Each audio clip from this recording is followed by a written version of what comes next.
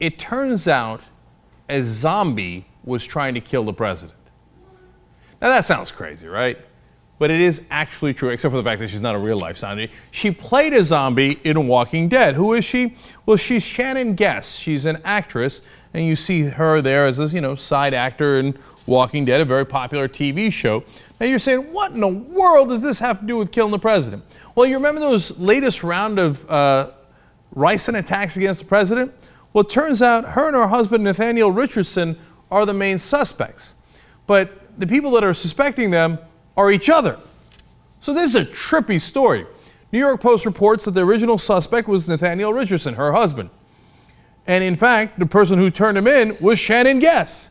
And she said to the FBI that she had found ricin in her refrigerator, and she had found that there were directions on how to make ricin and Google searches on Obama and Bloomberg on the computer.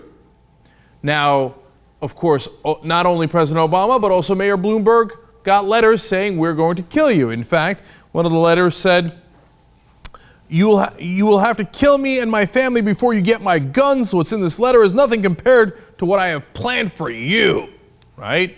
And that's why you see her with some of the pictures where she's in a bikini. Why she's in a bikini, I'm not quite sure, but with weaponry, right? So apparently she loves her guns. So initially the FBI suspected Nathaniel Richardson because she turns him in. But it turns out that it might actually be her, and she was trying to set her husband up. By the way, she's also a pregnant zombie. She's pregnant right now. I don't know how that affects the case, but I mean, if you're making ricin while you're pregnant, that's a whole different level of zombie. I mean, that's crazy talk, let alone trying to kill the president and the mayor of New York.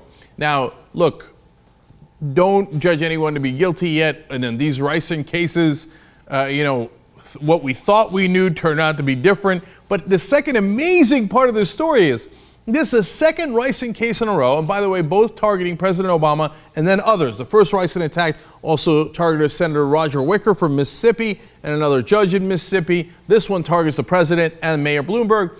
Both of them involved cases where someone was trying to set someone else up. But two totally different cases.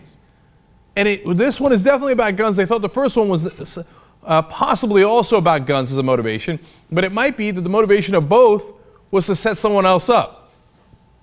How crazy is this story? And why is everybody all of a sudden doing ricin attacks?